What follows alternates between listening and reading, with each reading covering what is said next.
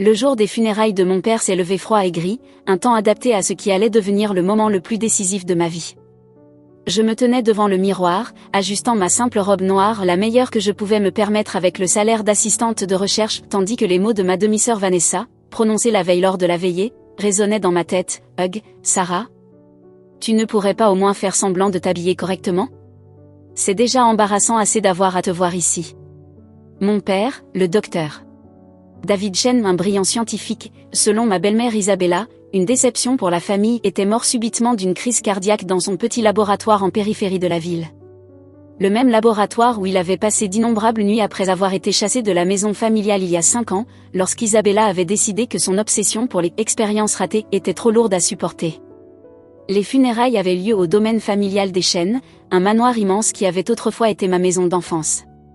À présent, il me semblait appartenir à l'ennemi.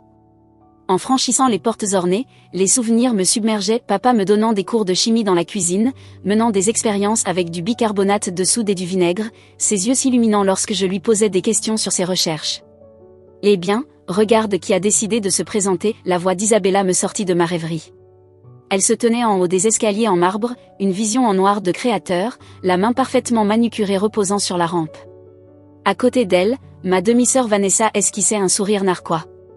Toutes deux semblaient plus être à un défilé de mode qu'à des funérailles. « C'est les funérailles de mon père », répondis-je d'une voix calme. « Bien sûr que je suis là. »« Oui, ton père », dit Isabella, ses lèvres se courbant en un sourire glacial. « Le brillant docteur Chen qui a choisi ses précieuses expériences plutôt que l'honneur de notre famille. Dis-moi, Sarah, a-t-il jamais réussi à créer quoi que ce soit de valable dans ce laboratoire rouillé, ou est-il mort comme il a vécu un échec ?» Je sentis mes mains se serrer en poing, mais je gardai ma voix calme. Mon père n'était pas un échec. Vraiment, intervint Vanessa, ses boucles d'oreilles en diamant captant la lumière. C'est pour ça qu'il vivait dans ce laboratoire dégoûtant pendant que nous maintenions le standing social de la famille ? Accepte-le, Sarah, il était une honte. Tout comme toi. La cérémonie funéraire était une torture. Je suis restée dans le dernier rang, observant Isabella jouer à la veuve éplorée à la perfection, acceptant les condoléances de l'élite de la Silicon Valley avec de gracieux hochements de tête et de délicates touches d'yeux secs. L'ironie était que la moitié de ces gens n'avaient pas parlé à mon père depuis des années, pas depuis qu'Isabella l'avait systématiquement coupé de son cercle social. Et maintenant, annonça le prêtre, la veuve du docteur Chen aimerait dire quelques mots. Isabella se dirigea vers le podium, une image de deuil élégant. David était un rêveur, commença-t-elle, sa voix tremblant d'une émotion feinte.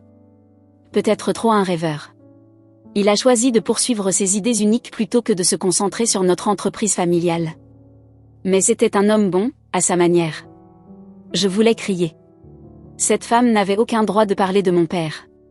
Elle ne l'avait pas vu durant ces 5 dernières années, elle n'avait pas vu sa dévotion, sa passion, ni sa certitude absolue qu'il était sur le point de réaliser quelque chose de révolutionnaire. Après le service, alors que les gens commençaient à se disperser, Isabella m'a coincé près de la table de rafraîchissement. Maintenant, à propos du laboratoire de ton père, dit-elle, abandonnant toute prétention de deuil. J'enverrai des gens le vider demain. Tout ce qu'il a laissé derrière sera jeté. Tu ne peux pas faire ça, protestai-je. Ce laboratoire était le travail de toute une vie. En fait, je peux, dit-elle, sa voix glaciale. La propriété appartient à Chen Industries, que je contrôle entièrement en tant que PDG. Ton père n'était autorisé à l'utiliser que par ma générosité. Elle sourit, montrant des dents parfaitement blanches. À moins, bien sûr, que tu puisses te permettre de l'acheter. Nous savions toutes les deux que ce n'était pas le cas.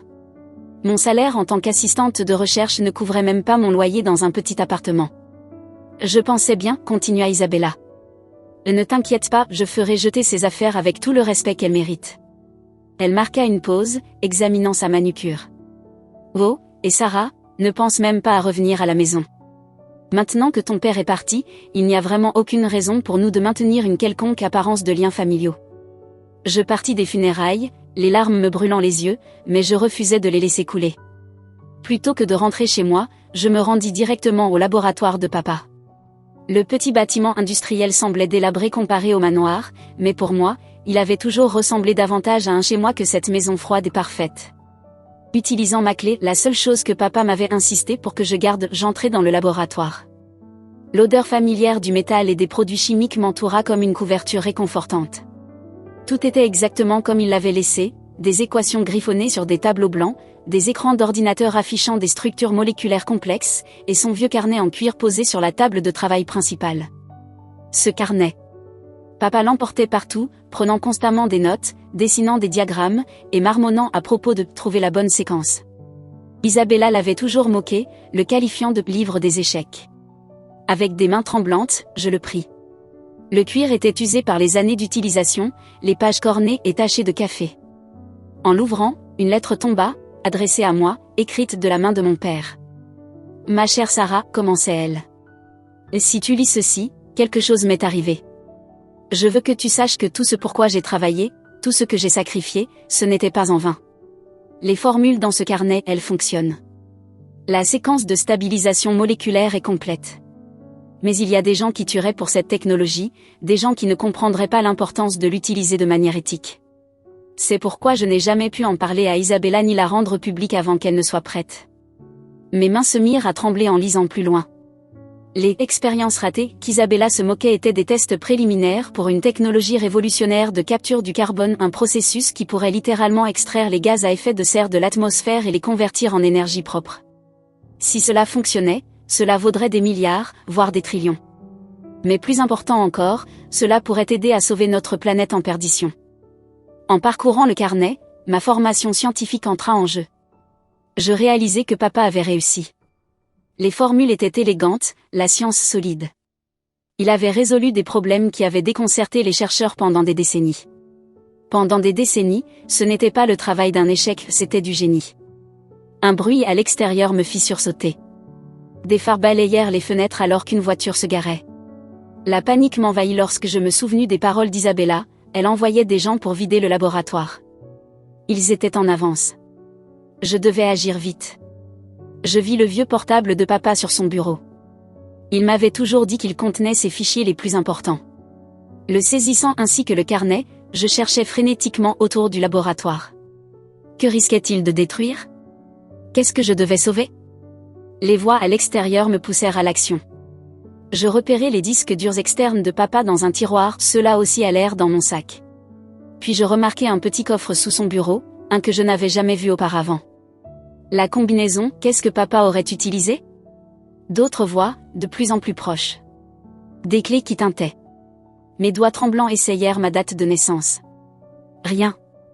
La poignée de la porte d'entrée se tourna. L'anniversaire de maman? Non. La porte s'ouvrit. Désespéré, j'essayai la date où papa m'avait montré le tableau périodique pour la première fois. Notre jour spécial, avait-il dit. Le coffre cliqueta ouvert. Bonjour, appela une voix masculine de la pièce voisine.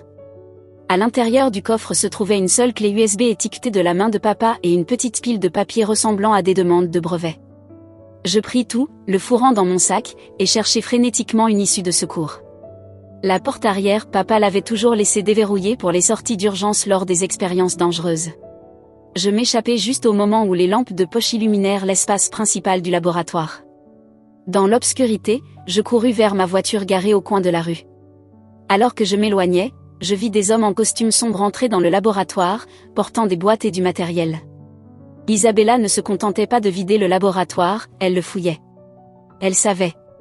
Cette nuit-là, au lieu de rentrer chez moi, je m'enregistrais sous un faux nom dans un petit motel. Je ne pouvais pas risquer que les gens d'Isabella me trouvent pas tant que je ne comprenais pas exactement ce que j'avais. En allumant l'ordinateur portable de papa, je commençai à fouiller ses fichiers. Ce que je trouvais me tint éveillé jusqu'au matin. Le lendemain matin, les mains encore tremblantes de ce que j'avais découvert, je passai 3 appels cruciaux. Le premier fut à Dr. Marcus Jean, le vieux collègue de papa du MIT, qui avait mystérieusement pris sa retraite la même année qu'Isabella avait forcé papa à quitter le manoir. Le deuxième fut à Maya Po, ma meilleure amie de l'école doctorale, qui dirigeait maintenant un prestigieux cabinet d'avocats spécialisé en environnement. Le troisième fut à James Wilson, mon ex-petit ami qui se trouvait être l'un des capital risqueurs les plus réussis de la Silicon Valley. Sarah Chen, répondit James dès la première sonnerie, la surprise évidente dans sa voix. Nous ne nous étions pas parlé depuis notre rupture il y a 2 ans, lorsqu'il avait choisi sa carrière plutôt que notre relation. J'ai entendu parler de ton père. Je suis tellement désolée. Et James, j'ai besoin de ton aide, dis-je, allant droit au but. Mais d'abord, j'ai besoin que tu signes un accord de confidentialité. 1 heure plus tard, je me trouvais dans une salle de conférence privée au bureau de James, observant son visage pendant qu'il examinait les données de mon père. Son expression passa du scepticisme au choc, puis à quelque chose qui frôlait l'admiration. Sarah, c'est... Il s'interrompit, passant une main dans ses cheveux parfaitement coiffés. Ce n'est pas seulement révolutionnaire, ça change tout. Les taux d'efficacité de capture du carbone seul sont 10 fois meilleurs que tout ce qui existe sur le marché actuellement. Et le processus de conversion d'énergie. Il leva les yeux vers moi, les yeux écarquillés. Ton père a réellement résolu le problème. Oui, répondis-je calmement. Mais il y a plus. Je lui montrai les fichiers que j'avais passé toute la nuit à décoder. Mon père n'avait pas seulement développé la technologie, il avait documenté toutes les tentatives qu'Isabella et Chaîne Industries avaient faites pour voler ses recherches au cours des 5 dernières années. Des fils de discussion par email, des conversations enregistrées, des images de surveillance, il avait tout gardé. Elle a essayé de le forcer à lui remettre les brevets, expliquai-je, affichant une chaîne de mais particulièrement accablante. Quand il a refusé, elle a commencé à répandre des rumeurs sur sa stabilité mentale, à couper son financement, finalement, à le virer. Mais elle n'a jamais cessé d'essayer de mettre la main sur ses recherches. James siffla bas. C'est de l'espionnage industriel. C'est du sérieux. Il s'arrêta, m'observant. De quoi as-tu besoin de ma part? Du capital d'investissement assez pour créer une nouvelle entreprise et accélérer le développement. Maya travaille déjà à sécuriser les brevets à mon nom. Mon père avait déposé les papiers préliminaires avant de mourir, mais nous devons agir vite, avant qu'Isabella ne réalise ce qu'elle a perdu. Avant que James ne puisse répondre, mon téléphone vibra avec un texto, 911. Allume CNBC maintenant. James prit la télécommande et alluma le téléviseur monté au mur de la salle de conférence. Le visage parfaitement composé d'Isabella remplissait l'écran tandis qu'elle se tenait derrière un podium devant le siège de Chaîne Industries. Je suis très fière d'annoncer la percée de Chaîne Industries dans la technologie de capture du carbone, disait-elle, sa voix douce comme de la soie. Le dernier projet de mon défunt mari a donné des résultats remarquables et nous prévoyons de commencer la mise en œuvre dans le mois. Mon sang se glaça. Elle essaie de revendiquer les recherches de mon père comme étant les siennes, murmurai-je. C'est pour ça qu'ils fouillaient le laboratoire, ils vont essayer de recréer son travail. Le téléphone de James émit un bip. L'action de Chaîne Industries grimpait déjà en flèche suite à l'annonce. Mais j'avais remarqué quelque chose lors de la conférence de presse d'Isabella, quelque chose qui me fit pencher en avant.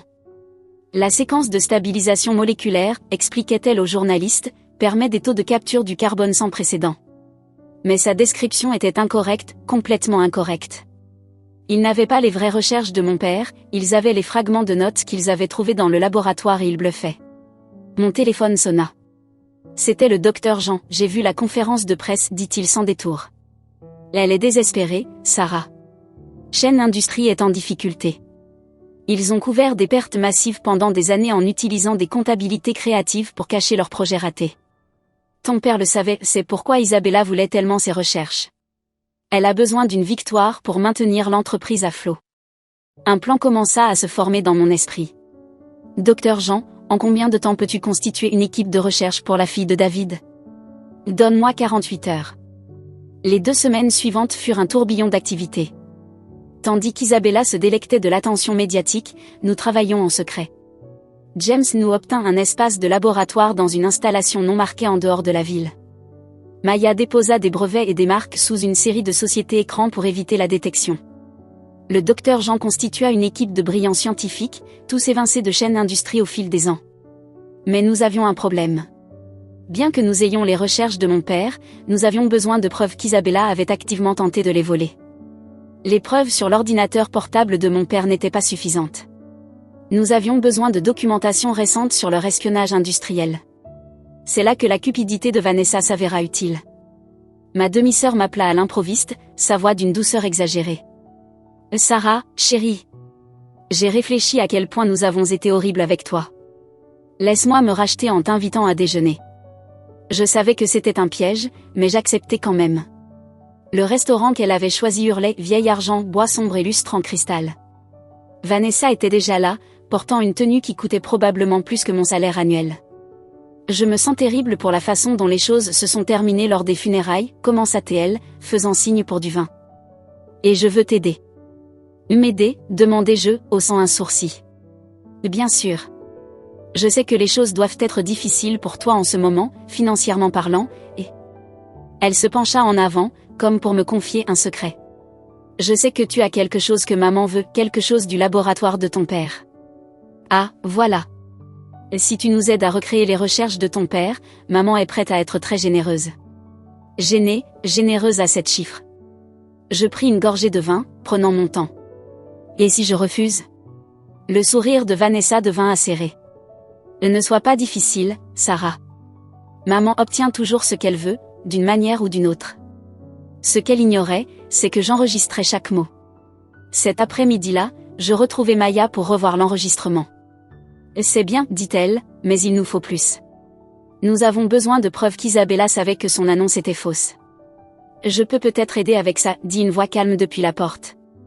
Nous nous tournâmes pour voir Lisa, l'assistante personnelle d'Isabella, se tenir là, nerveuse. J'ai travaillé pour Madame Chan pendant 10 ans, continua-t-elle. J'ai vu des choses. Des choses stupides. Mais revendiquer les recherches du docteur Chan là, c'est trop. J'ai des documents, des mémos internes, des emails, des enregistrements de réunions où elle a explicitement parlé de voler son travail. Les yeux de Maya s'illuminèrent. Serais-tu prête à témoigner? Lisa acquiesça. Le docteur Chan a été gentil avec moi. Il méritait mieux. Les pièces du puzzle se mettaient en place, mais nous devions agir vite. Chen Industries acceptait déjà des précommandes pour leur technologie de capture du carbone inexistante. Ils avaient annoncé une démonstration pour de grands investisseurs dans une semaine. Il était temps de tendre notre piège. « Tu es sûr de ce que tu fais ?» demanda James alors que nous nous préparions pour la phase finale. Une fois qu'on aura fait ça, il n'y a pas de retour en arrière. Je pensais à mon père, travaillant seul dans son laboratoire, refusant d'abandonner ses principes même lorsque cela lui coûtait tout. Je suis sûr, répondis-je. Terminons-en. Le jour de la grande démonstration de Chen Industries se leva, clair et lumineux. L'entreprise avait loué le centre de congrès le plus prestigieux de San Francisco, et la présence médiatique était écrasante, des camionnettes de presse alignées dans les rues, des journalistes se bousculant pour prendre position alors que les investisseurs les plus puissants du monde arrivaient. Je regardais le stream en direct depuis notre propre installation, où le Dr Zhang et notre équipe apportaient les derniers ajustements au véritable prototype de capture du carbone. Nous avions travaillé jour et nuit pendant 2 semaines, alimentés par du café et de la détermination, pour donner vie à la vision de mon père. Tout est prêt, dit Jane, ajustant sa cravate. Comme prévu, il assisterait à la démonstration en tant qu'investisseur potentiel. L'équipe de Maya est en position, et les agents de la SEC sont prêts. Je hochai la tête, vérifiant mon téléphone. Un message de Lisa, elle est nerveuse, elle répète son discours depuis ce matin, elle change sans cesse les détails techniques. Bien sûr, elle était nerveuse. Isabella allait tenter d'expliquer une technologie qu'elle ne possédait pas. Madame Chen, dit une voix de reporter à travers le flux en direct, l'action de votre entreprise a augmenté de 3 cents % depuis l'annonce de cette avancée. Que répondez-vous aux sceptiques qui affirment que cette technologie n'est pas possible? Le rire d'Isabella tintait comme du verre brisé. Je dis d'attendre la démonstration. Le génie de mon défunt mari parlera de lui-même. Je sentis mon sang bouillir à l'appropriation décontractée du travail de mon père, mais je me forçai à rester calme. Tout dépendait du timing. À exactement 14 heures, Isabella monta sur scène. Le centre de congrès était bondé d'investisseurs, de journalistes et d'élites de l'industrie technologique. Vanessa était assise au premier rang, ayant l'air très élégante. « Mesdames et messieurs, commença Isabella, aujourd'hui marque un moment historique dans la lutte contre le changement climatique. La technologie révolutionnaire de capture du carbone de Chen Industries transformera notre monde. » Elle se lança dans sa présentation, et je dus admirer ses talents d'actrice. Elle parlait avec confiance des liaisons moléculaires et des taux de conversion énergétique, délivrant son discours soigneusement mémorisé à la perfection. Mais je pouvais voir la panique dans ses yeux lorsque les questions commencèrent à fuser du public. « Pourriez-vous expliquer le processus de stabilisation plus en détail ?» demanda un scientifique. Le sourire d'Isabella vacilla. « Bien sûr, le processus implique un séquençage moléculaire spécialisé. » « Mais comment prévenez-vous la dégradation lors de la phase de conversion ?» insista un autre expert. « Notre technologie propriétaire. » Commença Isabella, mais elle vacillait. C'est alors que James se leva. Peut-être qu'une démonstration serait plus convaincante. Le soulagement d'Isabella était palpable. Oui, absolument. Si vous portez votre attention sur la chambre principale. La machine massive derrière elle se mit en marche. Elle était impressionnante, je devais leur accorder cela, tout en métal brillant et avec des lumières clignotantes. Mais je savais que c'était juste pour le spectacle. Comme vous pouvez le voir, continua Isabella, le dioxyde de carbone est extrait de l'air et converti. La machine émit un horrible bruit de grincement, puis des étincelles jaillirent dramatiquement. Les alarmes d'urgence commencèrent à retentir. Problème technique mineur, assura Isabella à la foule murmurante. Nos ingénieurs vont. Ou peut-être, dis-je à haute voix, en me levant de mon siège au fond de la salle, la machine ne fonctionne pas parce que vous avez volé une recherche incomplète et tenté de recréer une technologie que vous ne comprenez pas. La salle tomba dans un silence total. Le visage d'Isabella pâlit tandis que je marchais vers la scène. Sarah, siffla-t-elle. Que fais-tu ici? Est-ce pas évident, continuai-je, ma voix résonnant dans la salle silencieuse. Je suis ici pour démontrer la véritable technologie de mon père. Sécurité, cria Vanessa, mais avant que quelqu'un puisse bouger, les portes du centre de congrès s'ouvrirent. Maya entra, suivie par une équipe d'agents du FBI et des responsables de la SEC. Isabella Chin annonça-t-elle, vous êtes sous enquête pour fraude d'entreprise, spam et manipulation des valeurs mobilières. C'est ridicule, bégaya Isabella. J'ai des preuves. Des documents. Des faux documents. Lisa s'avança. Je devrais savoir. Vous m'avez forcé à les créer. L'heure suivante fut un chaos alors que les agents du FBI saisissaient le faux prototype de chaîne industrie comme preuve. Maya présenta nos documents concernant la fraude d'Isabella, les emails, les enregistrements. L'équipe de Maya vérifia le transfert des actions d'Isabella. Je contrôlais désormais ce qu'il restait de chaîne industrie. L'entreprise qui avait autrefois rejeté mon père était maintenant mienne. L'ironie n'était pas perdue pour moi. L'année suivante apporta des changements que je n'aurais jamais imaginés. Chain Sustainable Technology installa notre première installation de capture du carbone à grande échelle en Californie, avec des dizaines d'autres prévues dans le monde entier.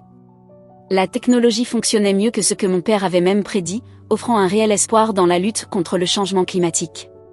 Vanessa accepta un accord de plaidoyer et servit des heures de travaux communautaires pour une organisation de nettoyage environnemental. L'expérience sembla la changer. Elle créa plus tard une organisation à but non lucratif axée sur la mode durable. Lisa, l'ex-assistante d'Isabella, devint ma directrice de cabinet de confiance. Ses compétences organisationnelles nous aidèrent à gérer notre croissance rapide. Isabella purgea 3 ans de prison à sécurité minimale. À sa sortie, elle s'installa dans une petite maison du Montana, loin de son ancien mode de vie. Elle m'envoie parfois des lettres, pleines de regrets et de tentatives d'explication. Je les lis, mais je réponds rarement. À l'anniversaire de la mort de mon père, je visitais sa tombe tôt le matin. La simple pierre tombale contrastait fortement avec le tombeau orné de la famille Chin à proximité. On l'a fait, papa, dis-je doucement, posant des fleurs fraîches près de la pierre. Ton travail aide les gens, change les choses exactement comme tu l'as toujours voulu. Cet après-midi-là, j'avais une réunion de conseil dans nos nouveaux locaux. L'entreprise comptait plus de 1000 employés, et notre valeur marchande avait atteint 50 milliards de dollars. Mais avant d'aller à la réunion, je m'arrêtai dans mon bureau et ouvris le vieux carnet de mon père, maintenant soigneusement conservé dans une vitrine. À l'intérieur, ce contrat international, cette fois en Inde. D'autres opportunités pour mettre en œuvre la technologie de mon père afin de réduire les émissions de carbone, pour faire une différence. Je souris, touchant le simple médaillon que je portais toujours, celui contenant un petit morceau de papier du carnet de mon père. Parfois, les plus grandes victoires ne viennent pas de la destruction des autres, mais de rester fidèle à ses principes et de laisser son travail parler pour soi. Mon père m'a appris cela, et c'était l'héritage le plus précieux qu'il ait pu me laisser. Le monde changeait, et grâce à lui, j'aidais à le changer pour le mieux. Cela, je le savais, l'aurait rendu plus fier que tous les milliards du monde.